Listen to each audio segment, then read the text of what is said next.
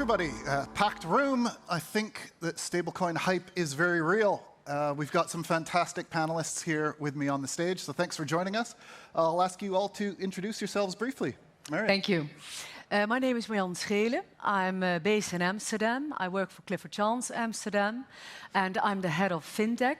I'm a regulatory specialist, and now very much focusing on MiCA and everything that has to do with it. Thank you. Hello, everybody. Bernhard from Boston Consulting Group. With Boston Consulting Group, we were quite early to the crypto space. So we are doing crypto projects already for 5 years. I'm a partner there. I'm heading Europe, Middle East, and South America on the topic, and happy to be here. Thank you. Hi, everyone. I'm Riccardo, based in Milan. I work in Banca Sella, an Italian bank.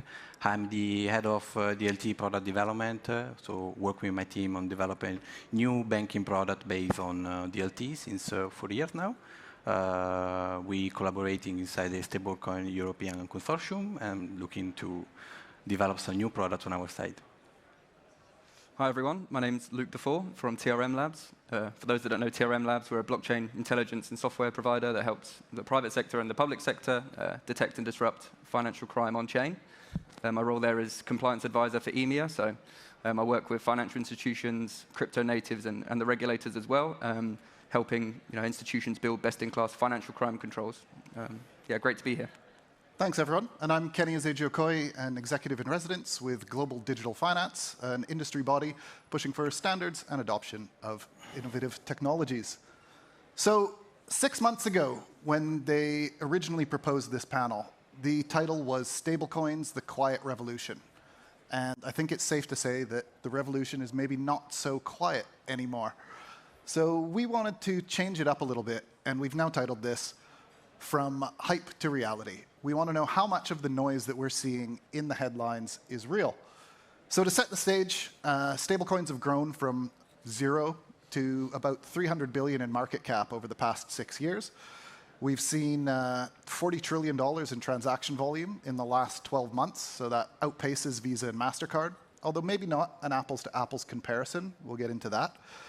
And there have been some big catalysts that have been driving this hype cycle. Trump's election, the Stripe acquisition of Bridge, and the Genius Act.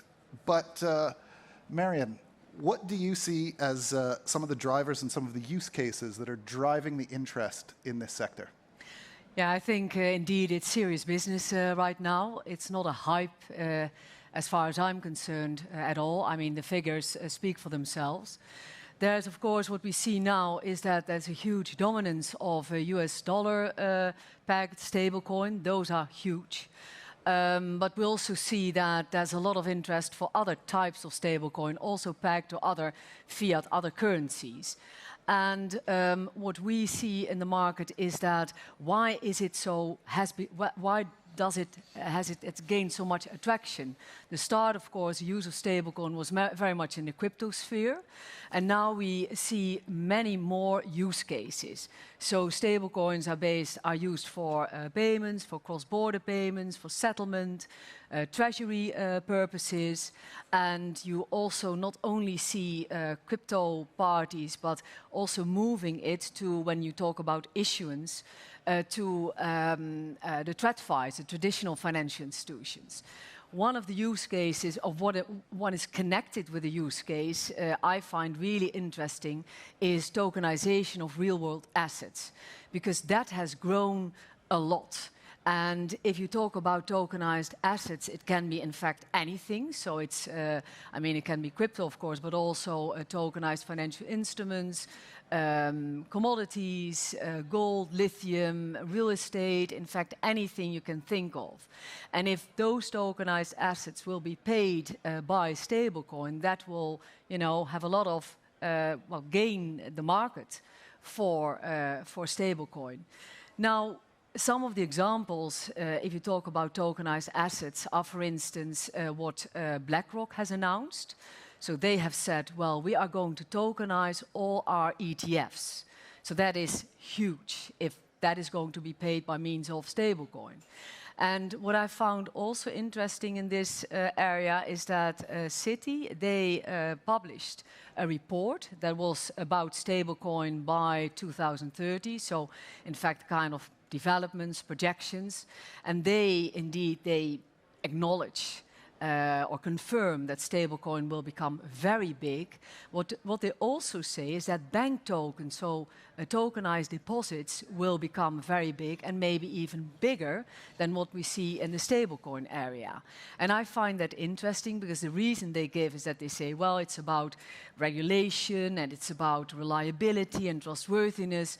Whereas I think, well, if you look at MiCAR, so the European regulation for, well, also issuance of stablecoin, you see that the issuers of stablecoin in the euro area, they will also be heavily regulated. So in that sense, it should not make too much of a difference, because of course a tokenized deposit means a claim on a bank, and a stablecoin is not a claim on a bank, but it's a claim on the issuer. So there's many things to discuss, but in any case, in my view, it's not a hype anymore. Fantastic. Riccardo, Banca Sella is one of the 9 members of this European stablecoin consortium. You must see a reason for stablecoins over tokenized deposits, or maybe alongside tokenized deposits. And potentially this tokenization of real-world assets and the need for a cash leg is one of the drivers. But could you give us a view from inside this, this EU consortium that's been making the headlines? Yeah, sure. So starting from the initial question, is it real hype or just hype, fake hype? I will take this on 2 angles. So if we talk about end user and private client, I'm seeing a real hype. You see big volume together with trading volume. It has been 2 good years for trading in crypto, so the volume are scaling up together with the stablecoin issuance. But I like to see another data, which is the number of wallets. You see number of wallets which is booming in the last 2 years. This is the sign that there is already adoption and end-use client. We see new use cases taking place without bank to pushing them, which is remittances, which is all the stablecoin to fight inflation. So I believe the private market is more ahead than the institutional market. Then it came to bank to develop this market. We decided to join the consortium for 2 main reasons. First of all, we believe that stablecoins works in an open network. We need to scale up together with other bank institutions, and doing a consortium is probably the best way to do that. And also, we see 2 big catalysts on the market, which is Genius Act and MiCAR, which are 2 different regulations, but are setting the ground to banks really operate in this market. So we have regulation, we have clients that are more ready than what we probably hope. And then we have use cases, like you mentioned, tokenization, which really makes sense if we are going to a tokenized world. Stablecoin are basically needed for everything. So it's a real enabler. And then you have cross-border interoperability.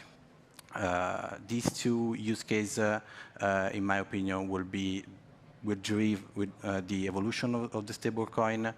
Also, we can also think about trading and issuing the stablecoin on some of the exchanges, but here the competition is higher because you need bigger volume and liquidity to compete with USD stablecoins. So I see it as a second step in this evolution. Great, thank you. And Luke, given that TRM processes a lot of data, you must have a good view into how much is really happening on the ground. Could you share some insights with us? Yeah, certainly. So I think recently, a couple of days ago, TRM released our 2025 crypto adoption and stablecoin usage report. That's a shameless plug, but I really would recommend that anyone interested in stablecoins goes and have a read of that. But we're seeing, stablecoins having a bumper year. It's a stablecoin summer. If anyone's LinkedIn's like mine, it's almost impossible to avoid stories about stablecoins. But we're now seeing that stablecoins account for around 30% of on-chain activity in its totality, right? So that's quite a staggering number that we're seeing such a huge proportion there.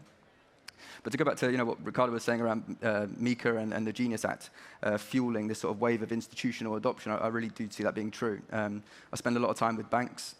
My wife might say too much time, seeing as I'm now chalk stripe, pinstripe suit, dressing like an 80s banker. But I spend a lot of time with banks talking about their digital asset strategies more broadly. But also, stablecoins play a huge part of that. I think their journey into sort of digital assets is broken down into 3 stages. It's, the first stage is understanding their existing exposure. What are my clients doing already with stablecoins, and how can I get a piece of that pie? That's from a financial crime risk perspective, right? So they want to know what their clients are doing and whether that can be abused for illicit purposes. But as part of doing that exercise of understanding their existing exposure, they're also identifying commercial opportunities and looking at ways to offer stablecoins or crypto more broadly to their clients.